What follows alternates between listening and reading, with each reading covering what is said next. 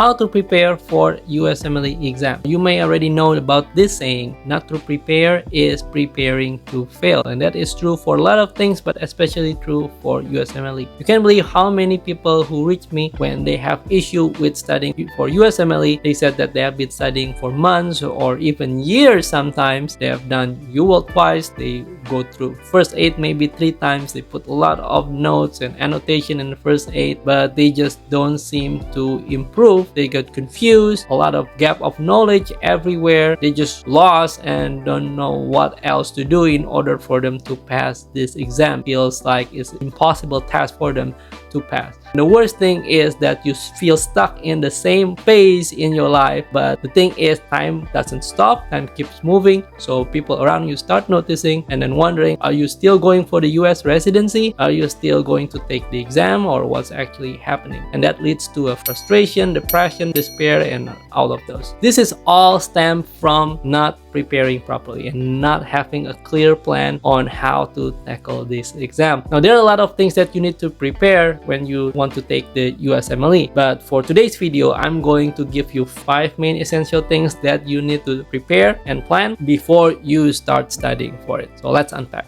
So the first one is you need to plan and decide when you're going to take this exam. Now this is very, very important, because if you don't know when you're going to take the exam, what ends up happening is you always don't feel prepared, and then you're going to keep delaying your exam. The longer you wait, and of course just based on evidence and statistics, the lower the score is going to be, and then lead you to more anxiety of doing the exam and then frustration, etc. So you need to know exactly when you're going to take the exam. My recommendation is, as soon as you make decisions that you're going for this journey, that you're going to try to get residency in the US and you're going to take the USMLE, that would be the time when you need to figure out when you're going to take the exam and schedule it. You want to start the application right away. Do not start your application and schedule your USMLE exam in the middle. The reason is because there's a lot of paperwork and documents and the things that you need to do in order just for you to get the eligibility period and for you to get the scheduling permit. So if you already start studying and haven't done anything related to the paperwork, then likely it's going to really distract you if there is something missing with the documentations and etc. So my recommendation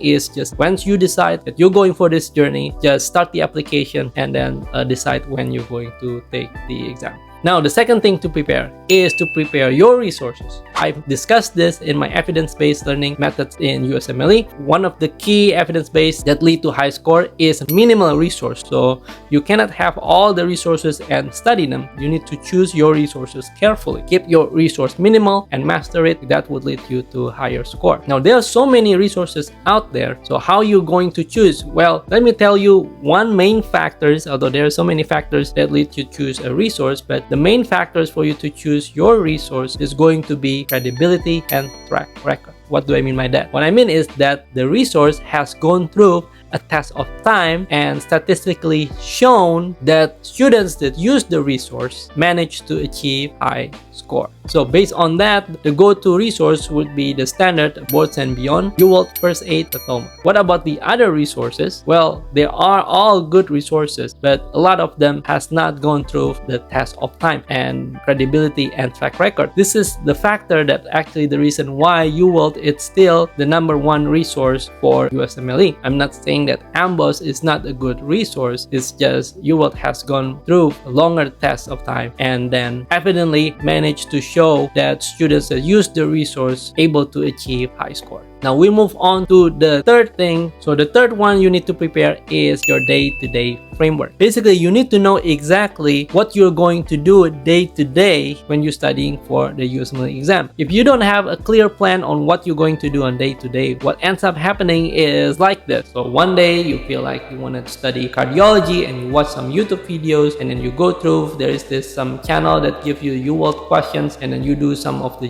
little UWorld question drill. The next day you probably watch whiteboards and beyond. The next day, you probably, I think let's do some questions today. And the next day, I think I should review the question that I did actually 5 days ago, and so on and so on. So if you don't have any clear structure on your day-to-day framework, then that's what ends up happening. Everything gonna be messed up and then convoluted because you don't have a clear structure on your studying. And if you don't have any clear structure on your studying, it's also unstructured in your brain. Everything is get convoluted and get confusing. So you need to have a clear day-to-day framework. Only by knowing what you're going to do day to day, then and only then you can create your study schedule and create your study timeline. Does that make sense? How can you create a study schedule and timeline if you don't actually really know what you're going to do day to day? Now, here's a simple day-to-day framework. I separate it into two phases. The first one is the knowledge build-up phase, and the second part is the questions bank only phase. When you're doing the knowledge, you're gonna watch videos or read books, and then you're going to make notes. And then once you make notes, you're going to review that notes, and you just do that every day and complete a subject. Once a subject is completed, let's say you do a biochemistry as the first subject. Once that subject is completed, you're going to do the questions related to that subject. At this time, preferably using UWorld question bank. And once you finish that, you move on to the next subject. It doesn't matter. Let's say you're going for microbiology as the next subject. So you read books, first aid, or watch videos, and you write your notes, you review them, you complete those subjects. And then once that's completed, you do the questions for microbiology. And you're gonna put one day aside to do the questions for microbiology and also biochemistry. So the subject that you did previously. And then you just keep doing that, continue it until you've completed all subjects. Finally, once you have completed all the materials, then you're done with it. And then all the rest going to be questions, because there's gonna be questions that you haven't done. By the latest, you should do the time mode on the question bank to simulate the real exam. You can do the time mode very, very early, but I would say by the latest, at this point, you should do random time mode to simulate your actual exam. So that would be your simple day-to-day framework. Now we move on to the fourth thing that you need to prepare. The 4 and the 5 is really where students fell into the crack. There is very lack of preparation for this. The fourth one is you need to plan and prepare where and how you're going to write your notes. Now, this is a lot of things that's confusing for a lot of students. Should they write down in first aid? Should you use a UWorld flashcard? Should you use Anki or Google Notion? Should you use a physical book or digital notes? You just need to decide how and where you're going to put your notes so you can review it later. My rule here is that I would recommend that you use a digital note over physical note, because digital note is easy to search rather than just a physical one. And you can also put a lot of pictures and diagrams, everything, and it becomes more and more effective for you to review it later. Also, the second thing that I recommend is to have one place to put all the notes. So you don't want to have a 3 different places location, like first aid, UWorld flashcard, and then maybe your Anki or your Google Notion, or probably there's a book. So there will be a multiple places. Now I don't recommend that. I recommend you have everything in one place for review later. So one digital note to put your notes in one place. The way to write down the notes is also important. The idea here is that if you manage to write a good notes, meaning that when you review it later, it would be very easy for you to remember what you wrote, understand it enough that you can explain your notes or the concepts or the information inside to other people. So that's how you know that your notes is effective, and that's how you know that you understand the topic well. So you want to think carefully and plan carefully for this and decide about how and where you're going to write your notes. Now, we move on to the final one. You need to prepare and plan how you're going to review the notes in an active and spaced repetition manner. So in my previous video in evidence-based learning strategy, I mentioned the third evidence-based techniques to study for USMLE is active recall and spaced repetition. This has been shown to improve your score because it's improved learning. So it doesn't matter what you use. I personally, my answer to number 5 is I use Anki. That's also my answer for number 4. I put all the information into one place, that is Anki, and it's a digital. It's easy for me to search, it's easy for me to put information there, it's easy for me to put pictures there, and I make it in a form of questions. Also, that's my answer for my day-to-day framework and how I create structure, because I can put a tag on Anki for each subject, and then I put a number 001, 002, 003. So even though I can review them later in a random way, but I can also review them in a structured way, how I actually put the notes from the first place. And I put the notes in form of questions. Anki is my answer to the active recall, because doing a flashcard allows me to actively recall the information. There's a question I need to answer. And then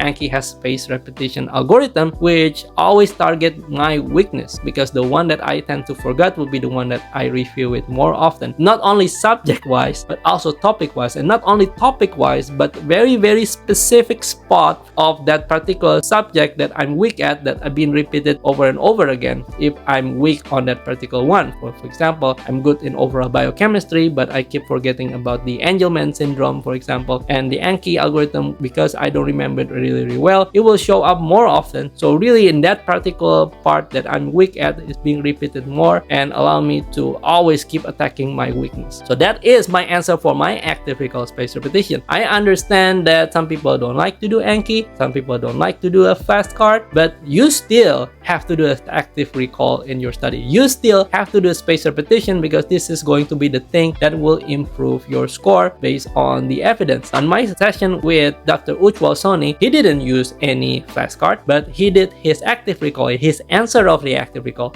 is doing a mind map when he reviewed the information. His answer on spaced repetition is the technique he called the fruit in the basket, which is very similar to the day-to-day framework that I mentioned to you, where you do one subject and then do the questions, move to the next subject, do the question for both subjects, and so on and so on. That is a form of a spacing, a spaced repetition in a sense, and that's his answer for that. You have to have active recall, you have to have a spaced repetition. Prepare and plan it. What's gonna be yours? Those are the 5 things that you need to prepare. For example, you need to prepare when you're going to take the exam and schedule it. You need to prepare what resources you're going to use. You need to keep a minimal resource. You're going to plan your day-to-day framework, so what you're going to do day-to-day for your study, and then you can create your study schedule and timeline. You need to prepare how you're going to write the notes and where you're going to put them. And then number 5, you need to know how to review them in an active recall and spaced repetition manner. What would be your method to do that? So that's the video for today. I hope it's helpful. I just want to remind you that I have 2 gifts for you. If you're taking for USMLE, I have a free online course, USMLE test taking strategies, that I created after thousands of hours of tutoring USMLE, and I strongly believe that it can boost your score if you apply it. If you're going for US clinical experience and rotation, I have a free guide for you, especially for non-US IMG. Contains all the information about the USCE, tips how to do well on the US clinical experience, and the quote email template, and all of those. You can check it out. I'll put in the link down below. Thank you for watching. I'll see you again in the next video for more USMLE and residency matching tips. Bye.